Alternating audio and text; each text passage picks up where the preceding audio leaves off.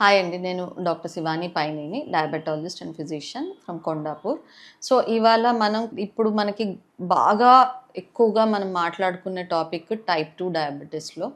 చాలా యంగ్ పీపుల్‌లో మనం డయాబెటిస్ అనేది చూస్తున్నాం. అసలది ఎందుకొస్తుంది? దాన్ని అవాయిడ్ చేయడం ఎలాగా? ఏంటి అనేది దాని గురించి మాట్లాడదాం. సో, ఫస్ట్ ఆఫ్ ఆల్ మనకి డయాబెటిస్‌లో చాలా రకాలున్నాయి.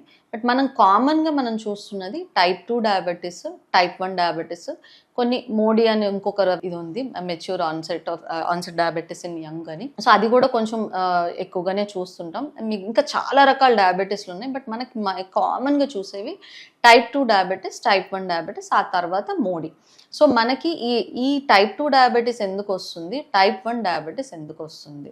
టైప్ 2 డయాబెటిస్ అనేది మనకి ఒకప్పుడు చూసుకుంటే గనక ఫ్యామిలీలో మన పేరెంట్స్‌కి గానీ, గ్రాండ్ పేరెంట్స్‌కి కానీ ఎవరికన్నా ఉంటే గనక మనకి ఒక ఏజ్ దాటిన తర్వాత మనకి టైప్ 2 డయాబెటిస్ అనేది కామన్‌గా మనం చూసేవాళ్ళం. ఫర్ ఎగ్జాంపుల్ ఒక 20, 30 ఇయర్స్ బ్యాక్ మన పేరెంట్స్‌కి ఉన్నప్పుడు డయాబెటిస్ ఉంది అనంటే మనకు కూడా ఒక 50 ఇయర్స్ దాటిన తర్వాత మనకి టైప్ 2 డయాబెటిస్ అనేది చాలా కామన్‌గా మనం వాళ్ళలో చూసేవాళ్ళం. సో, ఇది కామన్. ఇది వాళ్ళలో ఫ్యామిలీ హిస్టరీ ఉంది కాబట్టి హెరిడిటీ వల్ల మనకి కామన్‌గా చూస్తున్నాం. సో, ఇది టైప్ 2 డయాబెటిస్. టైప్ 1 డయాబెటిస్ ఎందుకొస్తుంది అనంటే మేజర్‌గా ఆటో ఇమ్యూనిటీ వల్ల. ఆటో ఇమ్యూనిటీ వలన ఏమవుతుందంటే మన బాడీలో ఉన్న రోగనిరోధక శక్తి మన ఇన్సులిన్ ప్రొడ్యూసింగ్ సెల్స్‌ని అటాక్ చేసి చంపేస్తుంది. చంపేసినప్పుడు ఏమవుతుంది? మన బాడీలో ఇన్సులిన్ ఉత్పత్తి అనేది ఆగిపోతుంది. సో, దాన్ని టైప్ 1 డయాబెటిస్ అంటాము. అది యూజువల్‌గా చిన్న పిల్లల్లో చూస్తాము. ఈ టైప్ 1 డయాబెటిస్‌లో ఇన్సులిన్ అనేది బాడీలో ఉండదు కాబట్టి మనం బయట నుంచి ఇన్సులిన్ మీద డిపెండ్ అవ్వాలి. కానీ టైప్ 2 డయాబెటిస్‌లో ఏమవుతుంది అనంటే ఇన్సులిన్ రెసిస్టెన్స్ ఉంటుంది. ఇన్సులిన్ రెసిస్టెన్స్ అంటే ఏంటి? మన బాడీలో ఇన్సులిన్ ఏదైతే ఉత్పత్తి అవుతుందో అది ప్రాపర్‌గా పని చేయదు బాడీలో ఫర్ వేరియస్ రీజన్స్. దానివలన మనకి టైప్ 2 డయాబెటిస్ అనేది వస్తుంది. పోను long duration of type 2 diabetes వచ్చినప్పుడు ఇన్సులిన్ రెసిస్టెన్స్ పెరగడంతో పాటు ఇన్సులిన్ ప్రొడక్షన్ అనేది కూడా తగ్గడం స్టార్ట్ అవుతుంది. సో, అలాంటప్పుడు మనం ఎక్కువ డ్యూరేషన్ ఆఫ్ డయాబెటిస్ ఉన్నప్పుడు మనం ఇన్సులిన్ అవసరం పడొచ్చు. సో, ఇది టైప్ 2 డయాబెటిస్. మోడీ అంటే మనకి జనరేషన్స్‌లో పాస్ అవుతుంది. యంగ్ పీపుల్‌లో మనం ఈ జెనెటిక్ ఇది ఉంటుంది. జీన్ సిట్యుయేషన్ అనమాట అది. సో, 3 జనరేషన్స్ నుంచి వస్తూ ఉంటుంది. దాన్ని మనం అవాయిడ్ చేయలేం మళ్ళీ. లైక్ టైప్ 1 డయాబెటిస్ లాగా అది మన చేతుల్లో లేదు. సో, వెరీ యంగ్ ఏజ్‌లో 20, 30స్‌లో అది చూస్తున్నాం. అది మోడీ. సో, మన యంగ్ పేషెంట్స్‌లో మనం చూసే డయాబెటిస్ రకాలు ఏంటి అనంటే మోడీ, టైప్ 1 డయాబెటిస్ కొంచెం 20 ఇయర్స్ వరకు కూడా చూస్తున్నాం. ఇప్పుడు ఎక్కువైంది ఏంటి అనంటే టైప్ 2 డయాబెటిస్. ఇది కాకుండా ఇంకొకటుంది. క్రానిక్ ప్యాంక్రియాటైటిస్ వలన వచ్చే డయాబెటిస్.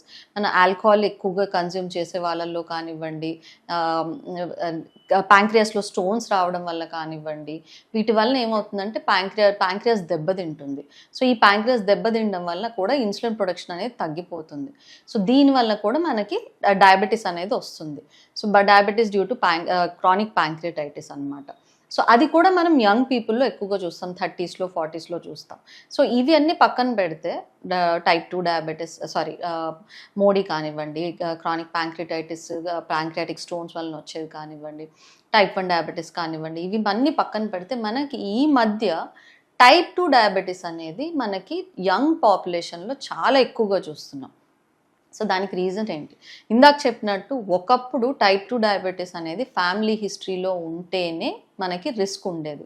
టైప్ 2 డయాబెటిస్ అనేది నెక్స్ట్ జనరేషన్‌లో వాళ్ళలో చూసేవాళ్ళు.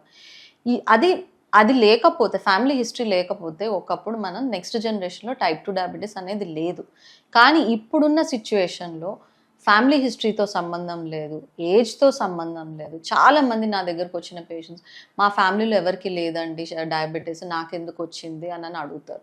సో, ఇప్పుడున్న సిట్యుయేషన్‌లో టైప్ 2 డయాబెటిస్‌కి ఫ్యామిలీ హిస్టరీతో కూడా సంబంధం లేకుండా చాలా యంగ్ ఏజ్‌లో యంగ్ యాజ్ 30స్, కొంతమంది 20స్, కొంతమంది టీనేజ్ పేషెంట్స్ కూడా ఉన్నారు టైప్ 2 డయాబెటిస్‌తో ఉన్నవాళ్ళు. సో, దీనికి మెయిన్ రీజన్ ఏంటి అనంటే మనం ప్రతిసారి మాట్లాడుకున్నట్టే టైప్ 2 డయాబెటిస్ అనేది మెటబాలిక్ డిజార్డర్. మనం ఎప్పుడైతే మన లైఫ్ స్టైల్‌ని ఆర్డర్‌లో పెట్టుకోమో అప్పుడే ఈ డిజార్డర్ అనేది వస్తుంది. సో మనకి ఇప్పుడు ఈ ఈ ఇప్పుడు మనకు జరిగిన చేంజెస్ ఏంటి అంటే ఒక 2-3 డెకేడ్స్ ముందు వరకు ఇప్పుడు ఉన్న డిఫరెన్స్ ఏంటి అని అంటే మెయిన్గా మన ఫుడ్ హ్యాబిట్స్ మారిపోయినాయి. ఫుడ్ హ్యాబిట్స్ మన వెస్టర్న్ ఇన్ఫ్లుయెన్స్ వలన జంక్ ఫుడ్ తినే అలవాటు ఎక్కువైపోయింది, ప్రాసెస్డ్ ఫుడ్ తినడం ఎక్కువైపోయింది, ప్యాకెటెడ్ స్నాక్స్ తినడం ఎక్కువైపోయింది, కూల్ డ్రింక్స్ కానివ్వండి, ఫ్రూట్ జ్యూసెస్ కానివ్వండి, ఈ మైదాతో చేసిన స్నాక్స్ కానివ్వండి, బయట ఫుడ్ కానివ్వండి, చాక్లెట్స్ కానివ్వండి. ఒక 30 years బ్యాక్ చూస్తే ఇవన్నీ లేవు. చాలామంది రైస్ తింటే షుగర్ వస్తుందని అనుకుంటారు, అది కరెక్ట్ కాదు. మన ఓవరాల్ ఫుడ్ హ్యాబిట్స్ ఎలా ఉన్నాయి. సో దీనివల్ల ఏమవుతుంది, క్యాలరీ కన్జంప్షన్ పెరిగిపోతుంది. క్యాలరీ కన్జంప్షన్ పెరిగిపోవడం వల్ల వెయిట్ గెయిన్ అవుతున్నారు. వెయిట్ గెయిన్ అవ్వడం వల్ల ఇన్సులిన్ రెసిస్టెన్స్ వస్తుంది. దీనివల్ల టైప్ 2 డయాబెటీస్ కామన్గా చూస్తున్నాం. సో దీంతో పాటు సరే తింటున్నారా అంటే తిన్నది ఖర్చు పెడుతున్నామా అంటే అది లేదు. సో ఎంత అన్హెల్దీ ఈటింగ్ హ్యాబిట్స్ పెరుగుతున్నాయో ఫిజికల్ యాక్టివిటీ అంత తగ్గుతూ వస్తుంది. సో మన గ్రాండ్ పేరెంట్స్ అందరూ అన్నమే తిన్నారు, కానీ వాళ్ళు చేసిన ఫిజికల్ యాక్టివిటీకి ఇప్పుడు మనకున్న ఫిజికల్ యాక్టివిటీకి చాలా డిఫరెన్స్ ఉంది. ఇప్పుడు మన ప్రతి ఇంట్లో చేసుకునే ప్రతి పనికి కూడా మెషిన్సే వచ్చినాయి. సో మనం చేసేదంటూ చాలా మన ఫిజికల్గా మనం మజిల్ మూమెంట్ కానివ్వండి, ఫిజికల్ యాక్టివిటీ కానివ్వండి చాలా తక్కువ అయిపోయింది.